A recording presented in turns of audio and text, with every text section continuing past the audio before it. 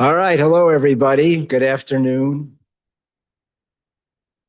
And welcome to Grand Rounds. This is actually our final Engel Rounds presentation of the year. But as I was reminded when I said that last year, there will be additional educational activities such as the brown bag sessions over the summer. But anyway, this is our last Engel Rounds until September. And today we have as our presenter, Katie Rice, who's giving her very first presentation here at Grand Rounds at the University of Rochester. And before she's introduced by Mike Scharf, I just wanted to mention the usual housekeeping issues. One, if you're watching this over Zoom, your microphone and camera are off. That's by design. So you can see, but you'll be, of course, able to see the presentation. At the end, we hope you have people in the room and over Zoom comments or questions. Please put those in the Q&A box, not in the chat, which is reserved for our interpreters and panelists. And then please fill out the evaluation at the end. There'll be a QR code that comes up. You can also access it on the Grand Rounds website, and an email should be coming out later today or tomorrow about it as well. Okay, so now I'd like to introduce Dr. Michael Scharf, the chief of our Child and Adolescent Psychiatry Division, the medical chief, to introduce Katie Rice. Great, thank you. Thank you, Steve.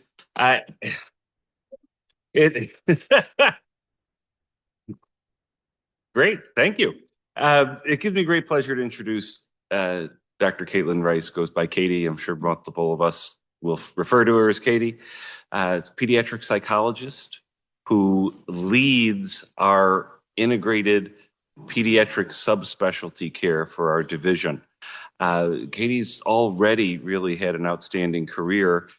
She earned her PhD at Ball State University, did internship and fellowship here in our child division, and stayed on as faculty, where she's not only really been doing an outstanding job clinically. I mentioned her role leading our pediatric subspecialty integrated care, but she's also really tried to bring some academic rigor and strategy to how we design and decide how to apply our limited resources across pediatric specialties.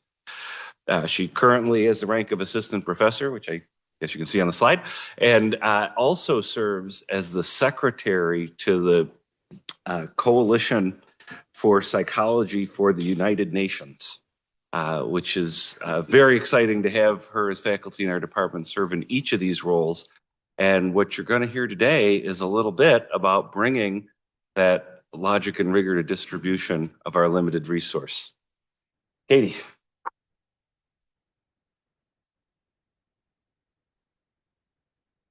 Thank you so much for the kind introduction. Hello, everybody. I'm very excited to share what I spent the last approximately 8 years working on. So first, a big special thank you to especially Mike and Linda, who have provided great, excellent mentorship, guidance, and especially some leadership. And a special shout out to Kristen, who really helped with the survey that I'm going to talk about for the inpatient floors. So first, I'm going to talk about the purpose and the need for my projects and why we've distributed them so widely. I'll talk about the SNAAPS. So spoiler alert, that's our needs assessment. Since then, we expanded to the SNAAPS 2.0, and then we created a SNAAPs, which is our inpatient version. So I'll talk about those, and then I'll close by talking about our next steps. So first, I probably don't need to belabor this part too much to this crowd, but I am going to put some context to why this project was developed. So the behavioral health crisis in pediatrics. As probably a lot of you know, it's been a very stressful many years. I don't know how to quantify that, but this particular article is from 2021 from NPR, stating pediatricians say the mental health crisis among kids has become a national emergency. I know Mike has spoken several times about how our pediatricians are also front lines in addition to all of us The burden is so large that we all are carrying it in different ways. And that was just 2021, so a lot has happened in the last 5 years. It's also become very expensive, both for families and for healthcare systems. That's required a lot of creative thinking, such as hospitals have to re-engineer how pediatric behavioral health care is conducted, how it's designed. All the layers have to be redesigned, and I'm very proud of our ideas for how we've done that here, and I'm hoping that it'll also excite you as well.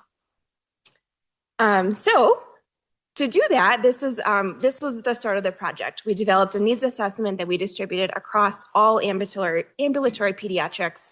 It was my fellowship project and was my love and my soul that I've since developed further. But the SNAAPS stands for the Survey Needs Assessment for Ambulatory Pediatric Specialties. And basically, we developed this survey that is, again, distributed across all of ambulatory peds, every specialty division, and we try to reach as many providers as we can, so attendings, APPs, to really get a grasp on what the need was across every specialty. And to do that, we use the PDSA cycle, so Plan, Do, Study, Act, and it's all grounded in that methodology. So I'm going to explain a little bit more, but this is really the summary of our original work.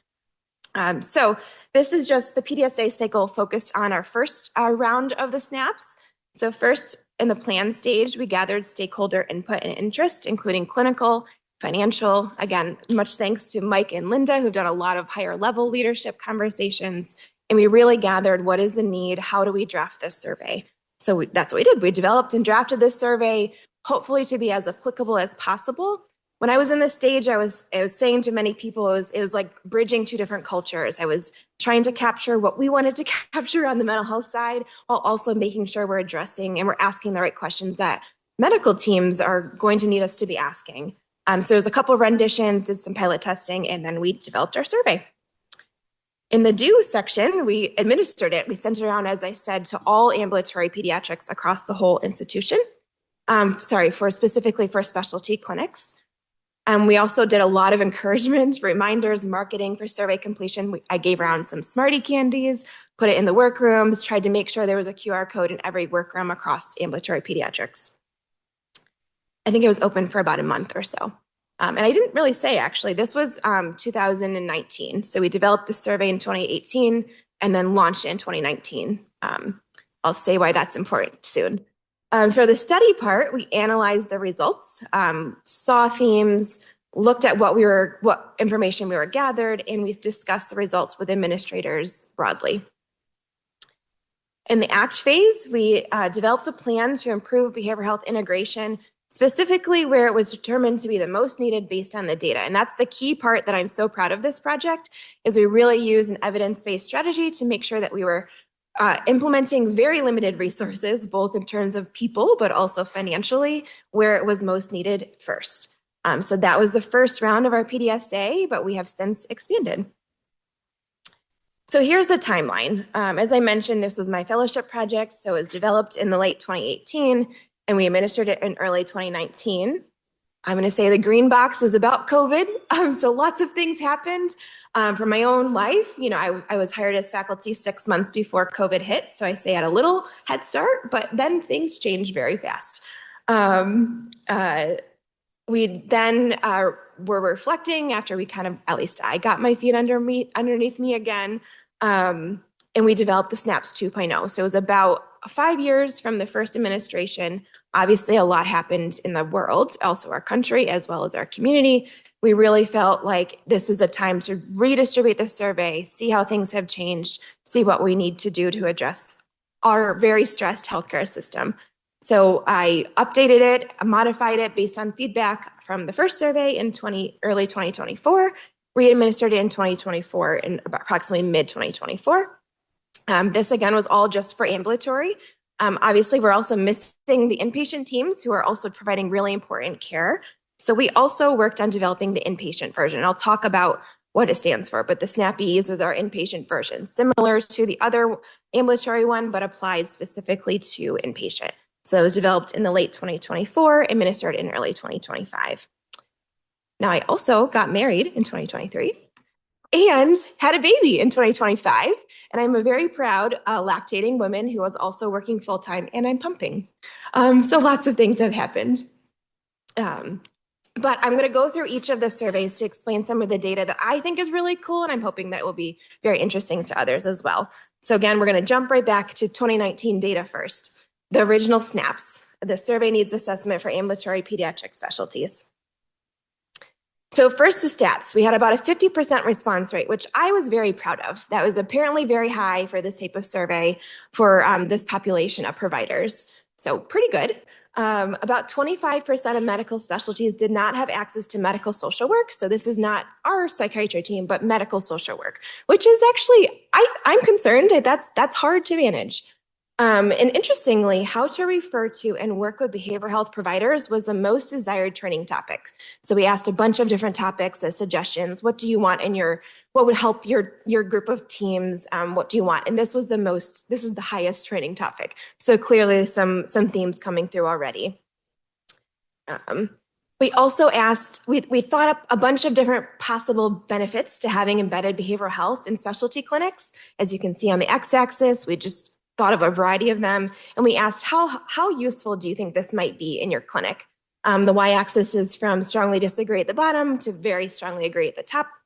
And as you can maybe see, now you can see, it was pretty much all across the board. They're like, this sounds great for everything.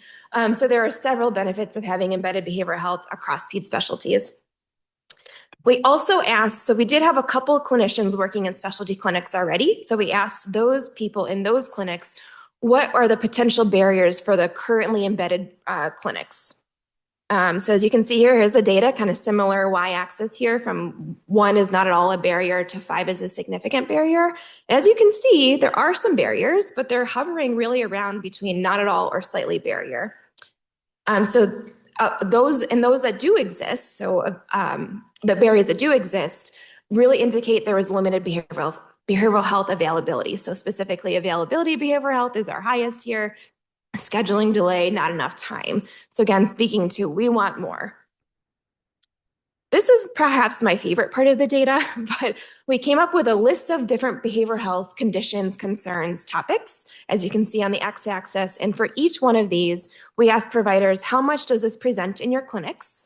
How much does it create a barrier to your medical care? And how successful are you in overcoming them? As you can see here, a variety of the concerns presented in the clinics. Interestingly, some discrepancy. We can talk about that separately. They did create barriers to medical care. And providers only sometimes felt successful in overcoming this, which that is the key part that I held on to. So as you can see, they're interfering with the medical care that we're providing, or we're hoping to provide. And the highlighted ones are the ones where the barrier is not able to be overcome. We also had the same list of topics and asked providers to rank them as what is your top 3 things that you think you might refer patients to? And here's our data. As you can see, the highest are anxiety, depression, medical diagnosis or treatment distress, and treatment adherence issues. So these all could be addressed by a behavioral health consultant model. We also asked the specialties. So you can actually see on this slide how many people we received from each specialty. That's the number next to the name. And we asked them how often they're initiating psychiatric medication. So this is initiating, not continuing. And there was some discrepancy. Transitional care at the time, it's now called complex care. There was a name change that happened since we did this survey. So the highest was adolescent medicine, child neurology, developmental and behavioral pediatrics, neurosurgery, and complex care, transitional medicine.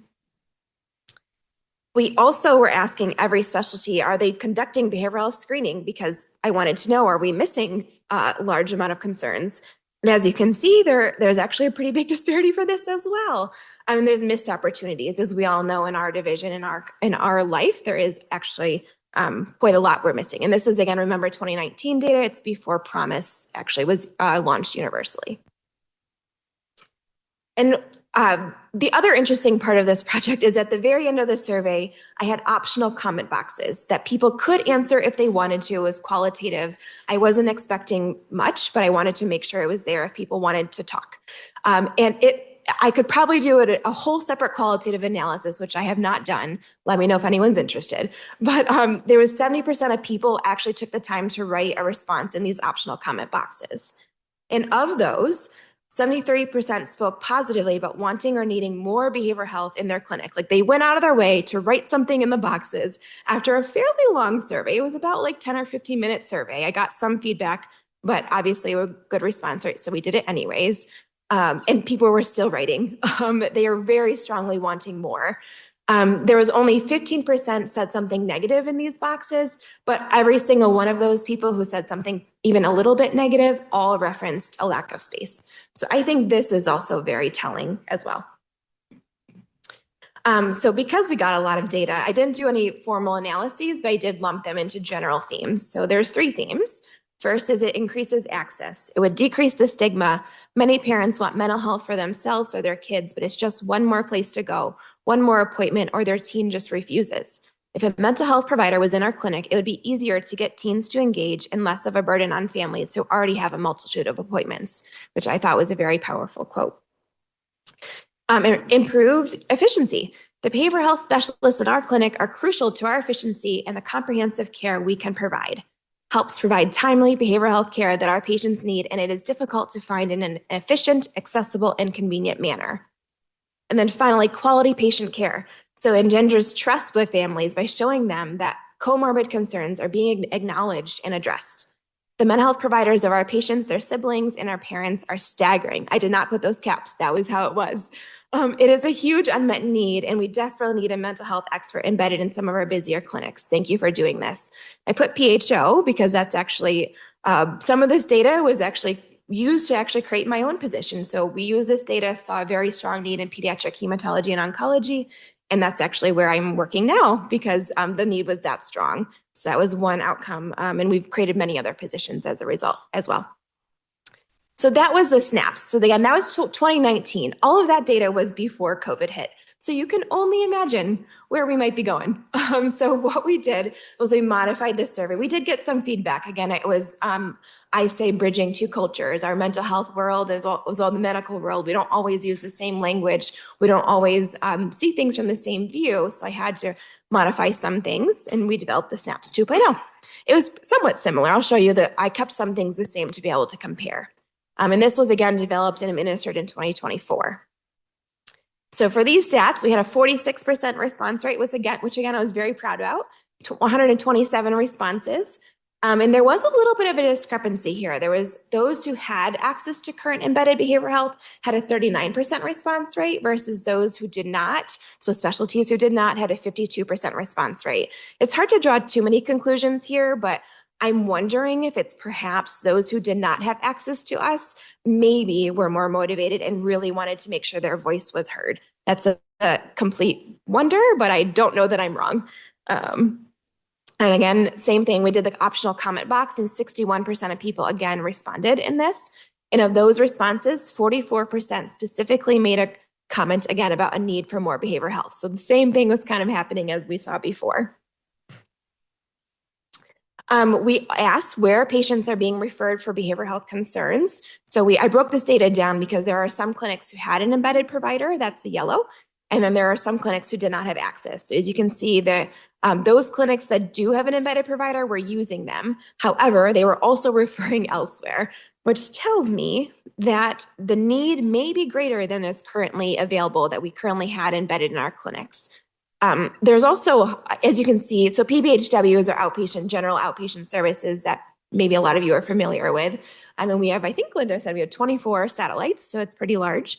I wonder if this bar is also a little bit higher because we are also building, I'm kind of spoiling it at the end, but it's okay. We've also built out our services over there as well. So we run a twice monthly medical comorbidity treatment team. We're expanding training over there. So there is also a large group of clinicians who are trained and tasked with seeing medically complex patients there as well.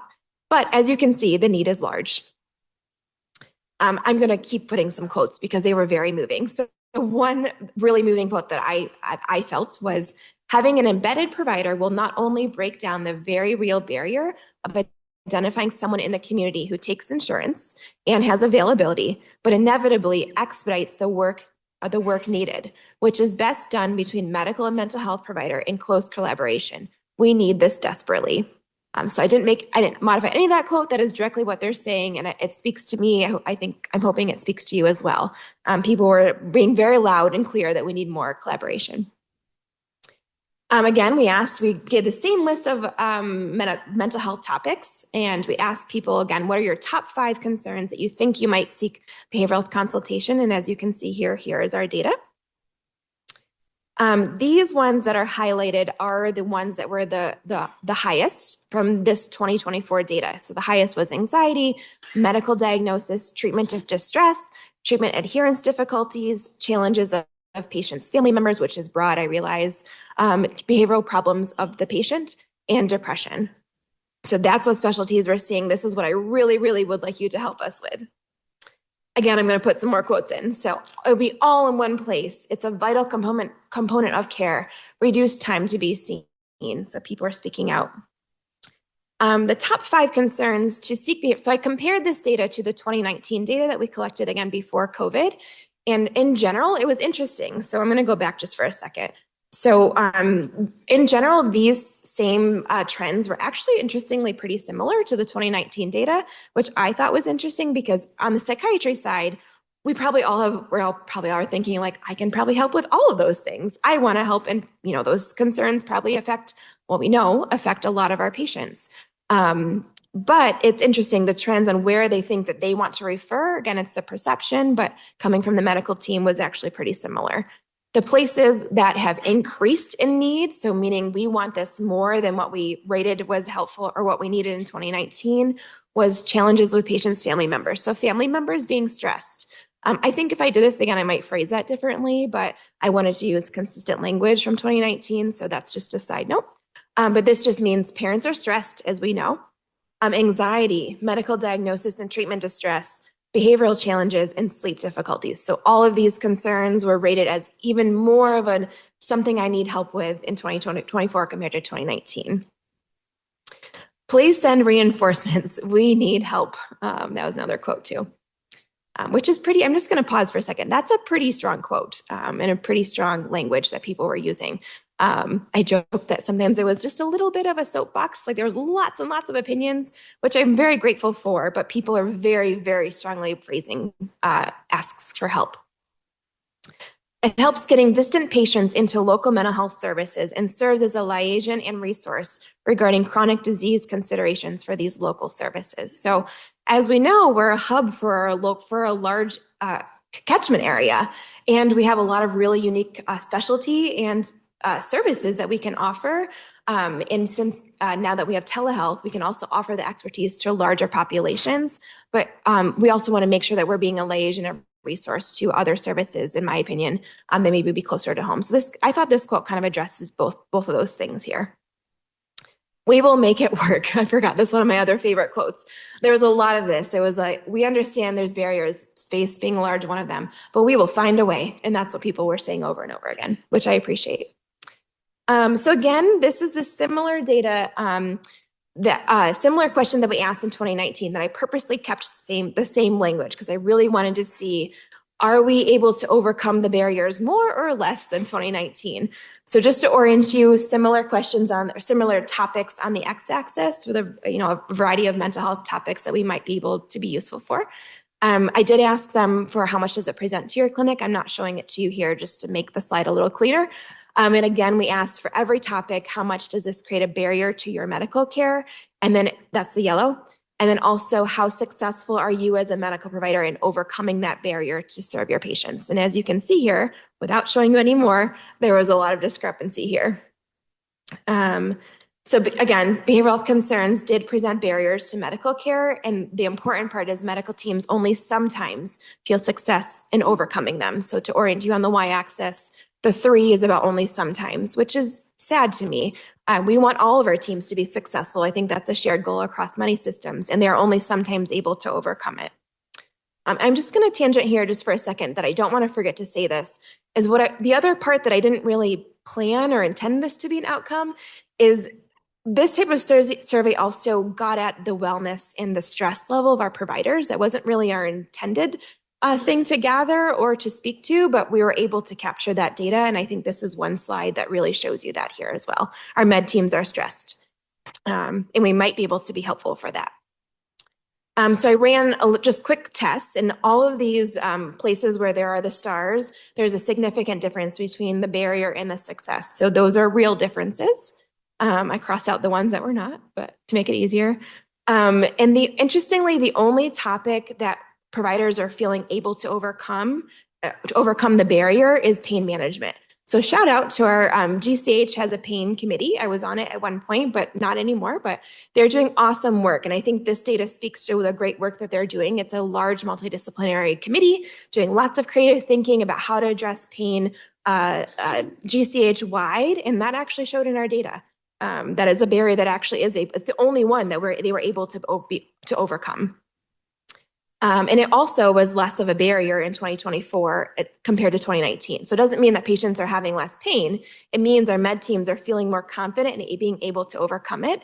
And it's a really good example of where when we strategically and thoughtfully apply resources where the need is, we can make some positive change. Another favorite quote. It puts a huge burden on our medical providers to do much of this care ourselves, and it prolongs the duration and acuity of illnesses. So there's a lot in this quote, again, speaking to that wellness piece, but it also speaks to the duration and acuity of illnesses, and that we can extrapolate in a lot of different ways to talk about that. But that's another complexity that I'm really proud that we were able to capture. So that's the SNAAPS. That was all of our ambulatory data. That was, again, 2024, but it only captured part of our GCH team's needs. There are obviously medical floors of patients that are being admitted for medical reasons. And as probably a lot of you know, we do have our inpatient psych CL team, the consult liaison team, is doing excellent work there. But we wanted to know what else do our inpatient teams need? What is happening on the medical inpatient floors? Are we addressing the need? Are there new creative services we need for these floors? So we modified the outpatient survey to be a little bit more, well, a lot more applicable to the medical inpatient teams because not all the questions applied. And then we launched this developed 2024, launched in 2025. So this is the SNAAPS, the Survey Needs Assessment for Pediatric Inpatient Specialties. So we had 116 responses. Now, this one is a little bit hard for me to get a denominator because we tried to reach every human that was working on the medical inpatient floors. So attendings, APPs, nurses, I'm going to show you the whole list soon. But basically, we said, if you are working on this floor, we would love to hear from you.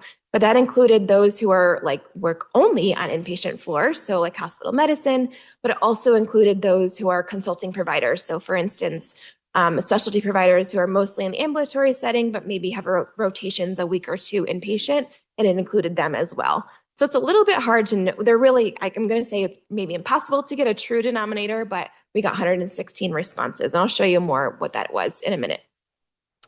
Inpatient teams were rarely initiating psychiatric medications. So if they are, obviously, if they already were on them, they'll continue them, but they rarely initiate themselves.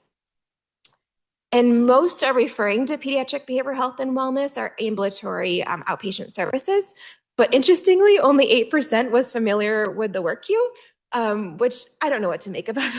Like most said they're referring, but then not only 8% actually know how to use the work queue. I don't really know how they're referring, if they're asking social work. I'm not really sure. But that was, the 8% is a big surprise to me that they don't even know how to send patients to our psychiatry team or our ambulatory services when there's a need identified.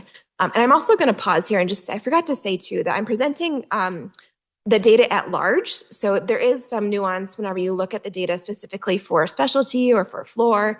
But so I'm just showing you the aggregate data, and there might be some discrepancy in that too. But either way, only 8% of people of our GCH team members, we share the same hospital, only 8% know how to submit a work queue over to our outpatient services. 65%, at least sometimes, use standardized screening measures to assess for behavioral health concerns. So this is, again, 2025. So this is after Promise was launched universally. Regardless of what each specialty was doing, I think most people know there's the Universal Institute-wide where there's, I think it's maybe every 6 months where patients get it if they do e-check-in. So I'm not sure if we did list that as an example, but I'm not exactly sure, entirely what people are using for screening measures. But This made me feel a little bit better than when the data I showed from before, from the original data from 2019. 65% are doing at least some level of screening for mental health concerns. This is not a very pretty slide, but it's kind of small font, but I wanted to show it just to show you.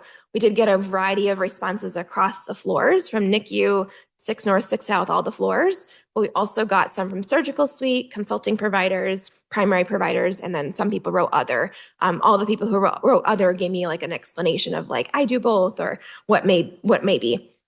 We did get a variety of different specialties. So it's kind of hard to show this data at large. It's a little bit easier to talk when we're getting into the nuances of what each floor needs. But we did get a variety of specialties responding. And as you can see on the farthest right, these are all the people we asked or we tried to encourage to respond. I'm disappointed we didn't get everybody because I would have loved to have every voice heard. But it was optional. I don't know who responded or didn't respond. But as you can see, I tried really, really hard to get a really diverse response group. But largely it was a lot of attending physicians, a lot of bedside nurses, which I was really excited for because nurses are sometimes spending quite a lot of time with our patients' bedside, and also a handful of others as well. So for this type of survey, it didn't make sense to ask the presence, barrier, and success questions because it didn't really apply to the inpatient setting. So what we did instead is we created a very, I think, comprehensive list of possible interventions that the CL team could do. And I'm going to give again another shout out to Kristen and Segundo, who helped me with this list and made a very thoughtfully tailored list. And we asked the teams to rate how useful do you think that this is to you? Like, what do you want, basically? And we had them ranked from like least to most useful. So these are the top 10 interventions that the teams thought were most helpful to them. You can read if you would like to, but I'll just highlight the top ones are suicide, self-harm, safety assessment, and response. That's not surprising to me. Behavioral management support, CL team attending family and team meetings. I was actually really excited to see that so high on the list. They really love it when we're able to do that.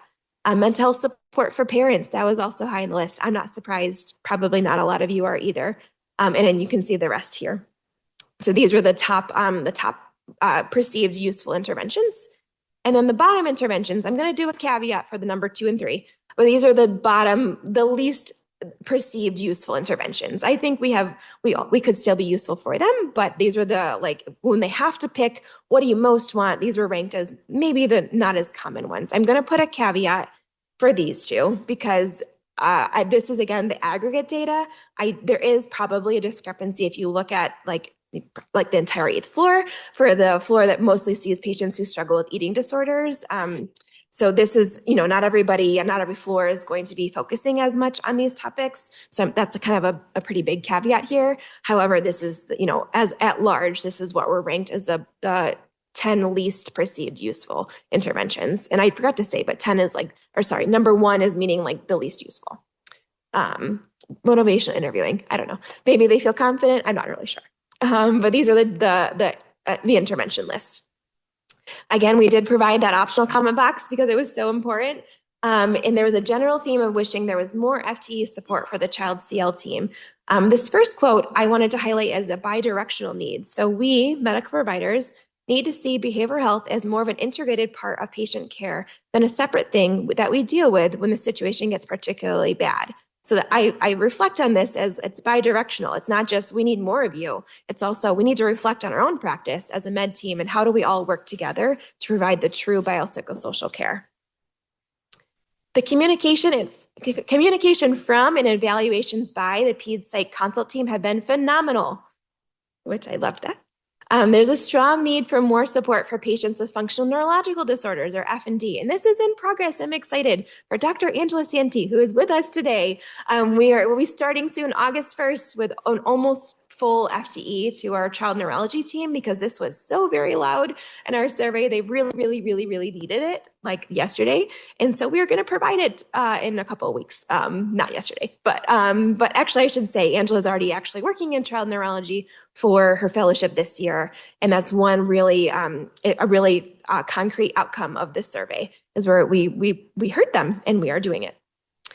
The biggest challenge is knowing all the different ways that the psych team can support pediatrics. We need to get the word out. So there was a general theme of, oh my gosh, this is such a great list. I didn't realize you all can do all those things, which I thought was really exciting. And I appreciate there was a couple people who actually said, we need to like make sure everybody knows that the CL team can do these things because everybody needs it. And that was a theme as well. Okay, so that was the large part of the data. Again, it's aggregate. It's sometimes I think it's pretty interesting when you look for each specialty, which we do sometimes. So whenever we have conversations with different teams who are coming to us or Mike or Linda, any of us saying, how do we get this service in our clinic? I try to analyze the data and see what the need is and what the data is showing in addition to what the teams are like literally saying, what we need this. So this is what we've done. It's a selected amount of what we've done because a lot has happened in the last 8 years. But this is my plan. So originally we did the SNAAPS. When the inpatient one was the SNAAPs. I'm tentatively thinking SNAAPS. I don't know. That's the best that I can do. And it's going to be about every 5 years. So I'm perceiving, I haven't written it yet, but I'm crafting it in my mind as a basically choose your own adventure. So everybody will get a survey link. And at the beginning, they can say, do you want to basically respond for the inpatient side or the outpatient side? And that's the best way I can do it to reduce survey fatigue. I'm appreciative of those teams who did both of our surveys because they work in both settings, but I don't want to make people do too many survey questions over time. Again, it is what I call a medium length survey. It was about 10, 15 minutes to do the survey, which is pretty long for a med team to do. And so I want to just be aware of it, but we're planning to do it about approximately every 5 years. So maybe like 2030, we'll redistribute it.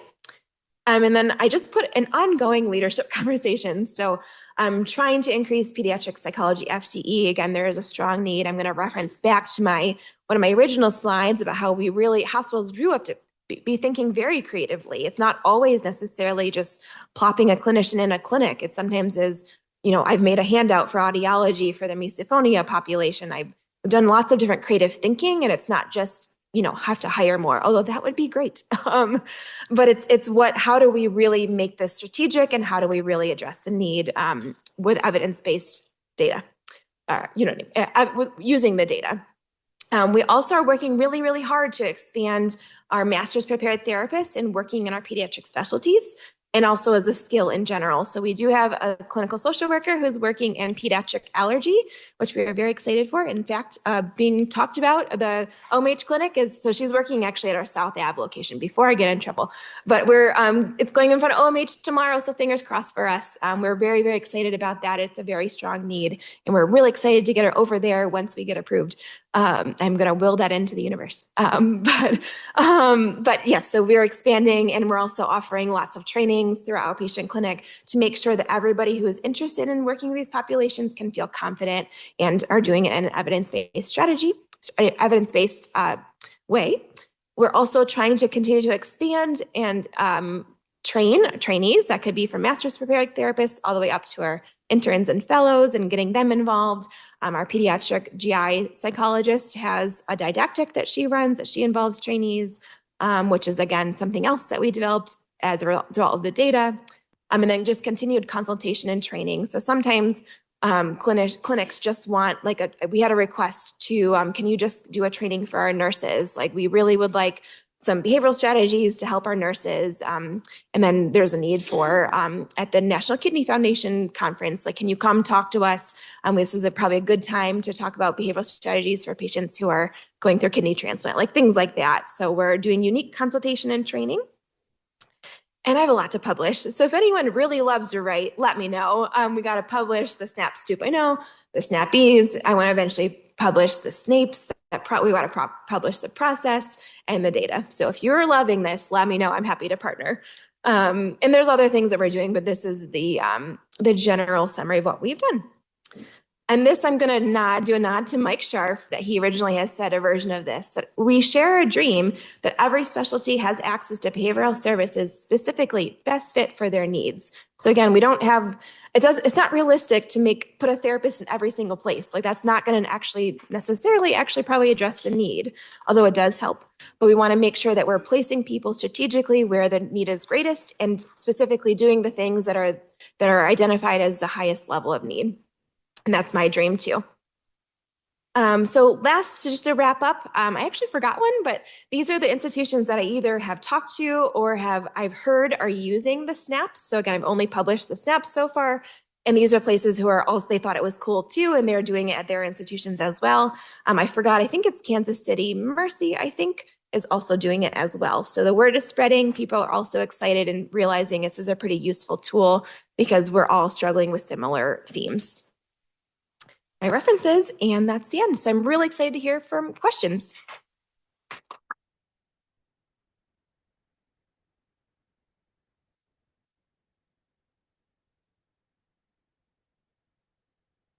Okay, thank you, Katie. That was really excellent and great energy too. So yeah, it's really exciting and important work. And we have already several questions have come in over Zoom, but let me see if anyone has a question here. Okay. Do you want the microphone?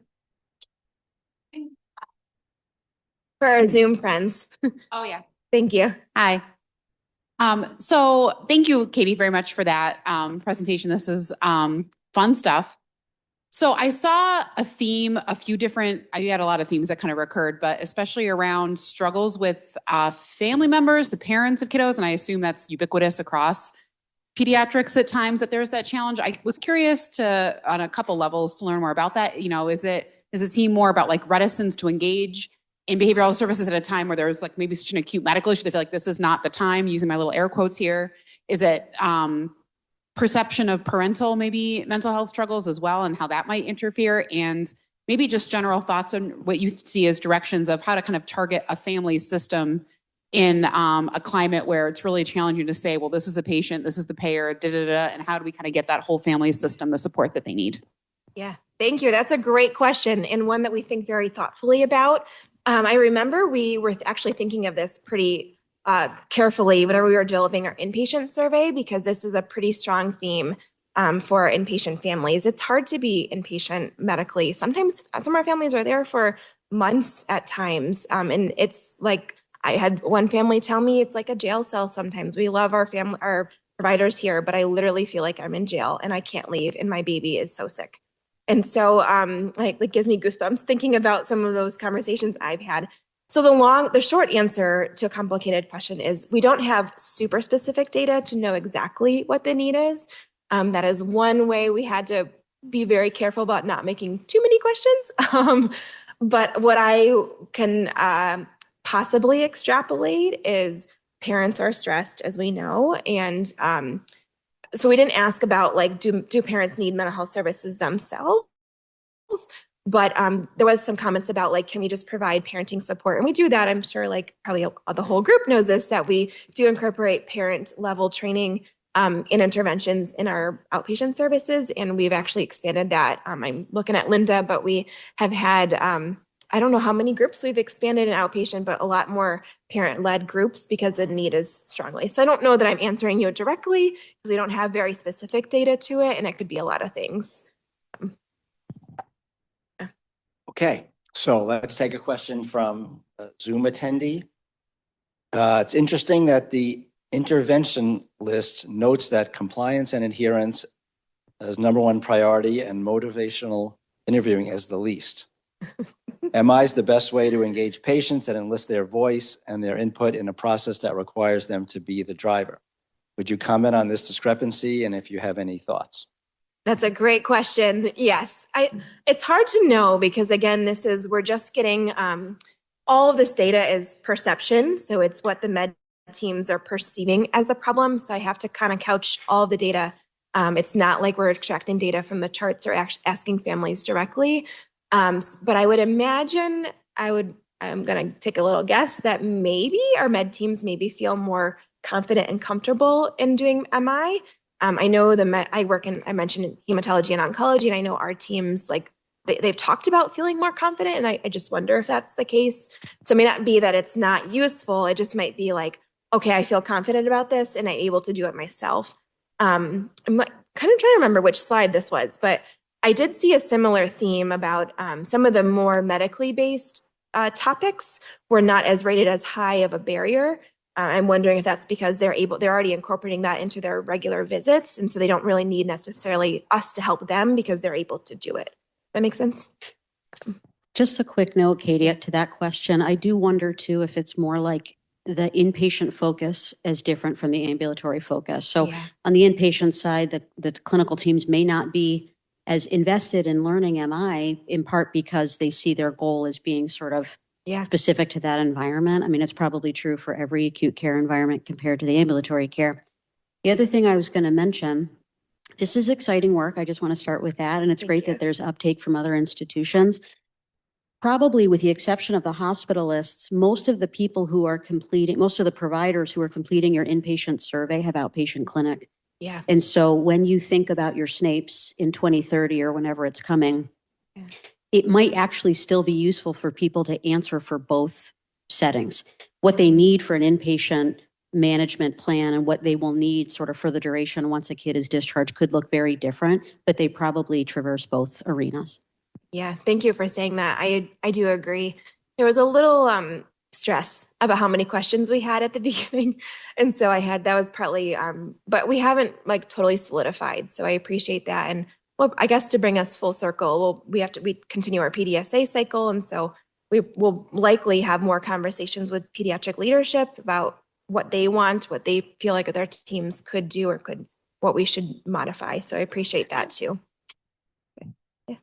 Okay, let's take another question from Zoom. Did anyone indicate funding barriers? Actually, I don't know that we asked that. That's a great thing we could have added. Thank you. There was a lot about space. There was some about time. Our teams are very busy and stressed, but I don't know that we specifically asked.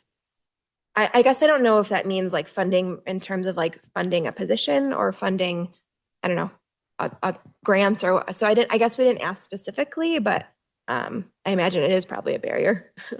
Yeah. Okay. And I think there's a presumption that clinicians will be self-sustaining or whatever loss would happen would just be accepted by the institution and a different department. So. And I'll say that again, there's a lot of quotes about, again, this is the providers, not necessarily leadership, but saying we will make it work. We will find a way. There was one comment saying like, I literally don't know where we would have you in our outpatient clinic because we don't have enough rooms for ourselves, but we'll find a way. I'll give up my own exam rooms. And that's come through in I didn't mention it, but we've had many, many meetings with Mike and Linda, one or both, all of us having different meetings with different teams. And people have said that, like, I will give up my exam rooms for patients if it means we can have you. There's a strong need. Yeah. Okay. Another question, commenting question. This is exciting work. It's great to know more about clinicians' views. And then the question is, do you know whether there's an impact on patient outcomes? Great question. I don't. So I'm going to go back to I guess it's a lot of, I don't want to move the survey slide, but if you remember back to the pain slide, I think that's one. Again, it's extrapolating again, because we're not looking at charts or asking patients directly, but the pain was less of a barrier over time. It was the providers are more likely to be able to overcome that barrier. It was still a barrier to medical providers, but they were able to overcome it. And I suspect it's because our great multidisciplinary GCH-wide pain committee. So it's a trickle down effect that we haven't studied. So I'm curious if anyone is willing to partner, but I imagine that that is probably a direct result because there's been the pain committee is like, there's psychology, there's actually Dr. Michelle Swanger-Gagne is on the leadership for that. There is OT, PT, child life, music therapy. I'm going to miss a lot of people that are very important. And they all work together to see what we can do to help our patients. And we saw that data, the difference in the data come through. So it's a little bit of an assumption, but I think that's one example. Okay. And I had a question for you about the slides where you had the severity of the problem plotted against the degree to which staff felt it was met. Yeah. And then you indicated which ones had a significant difference and especially which ones where, I can't remember the wording used, but the need was met more than the problem existed. And there was only one, I think, that met that, but there were several that were not significantly different. And I would argue that you could say there that the need was met. That's true too. If the numbers aren't different. That's a good point too. And I don't remember, I don't want to completely say they're wrong, but I think that those topics were more medically based. I think it was like sleep. And I don't want to say the wrong thing, but I think sleep was one that maybe is another one that they're feeling more successful in overcoming. But again, if we think from who is responding to the survey, they're the medical teams, and they probably do incorporate that somewhat, depending on, yes, on the specialty, but it's probably more in their mind too. Yeah. Okay. All right. So unlike, Me again. Sorry, not sorry. It made me, when the conversation around funding and outcomes made me kind of think of just one other quick thing. You'd have to think about metrics, I think, from the ambulatory perspective, but just thinking about sort of like hospital strategic goals around like length of stay, for example, if you were able to measure the collaboration with behavioral health care and then kind of make a direct connection between the length of their hospitalization. Yeah. I mean, that would be kind of like a funding or I think that would sort of support from a funding or financial perspective, the ongoing work. So just, and to think about what metrics that might correlate on the outpatient side. Thank you. That's a great idea. Mike, if you don't mind, I'm going to pass this one to you because I think if I remember right, part of our intervention list, we wanted, I don't know if it was intervention list, but we wanted to capture, like sadly, there's a population of children who are, for lack of a better term, abandoned sometimes in our medical floors. We really wanted to see if we can capture that. And I don't know if you remember, Mike, more on, I think we were hoping to try to capture that to make some more long-term changes. I don't know if that's okay to pass to you, but here I am. Probably another grand rounds to adequately do the topic justice. To answer Helen's question in an informed way, that we have looked at this over many years. And the outcomes generally, this is true in adults. In fact, Ben, who's here, and others from our adult CL team have demonstrated aggregate decreases in time in hours, far surpassed by waiting for an inpatient bed. So if we're taking it seriously, we should actually be looking at inpatient bed capacity. Everything else is sort of like crumbs compared to it. But we still look. The issue with stuck kids is a big challenge, not just in the medical units, but across the campus. And we have tried to, in interpreting this data and also in thinking about future questions, try to separate people's experience with those stuck kids versus the sort of folks who are admitted for things that the teams believe is supposed to be part of their scope of practice. But it is a challenge, and we do know that there's a distortion of what we see because of that. And we tried to make sure I don't know that we were able to fully meet that via the survey, but we were hoping we would maybe be able to get to that, get providers to speak to that in our responses. So this was our best first round of a survey, or we might modify a little bit to try to capture. But thank you. That's a great question. Okay, so last chance. Any questions in the room? Okay, in that case, we're going to stop. So thank you all for coming and for coming to the other Engel rounds this year. This was a great way to end the program for the year. And we look forward to hearing more about this in the future. Thank you. All right, take care.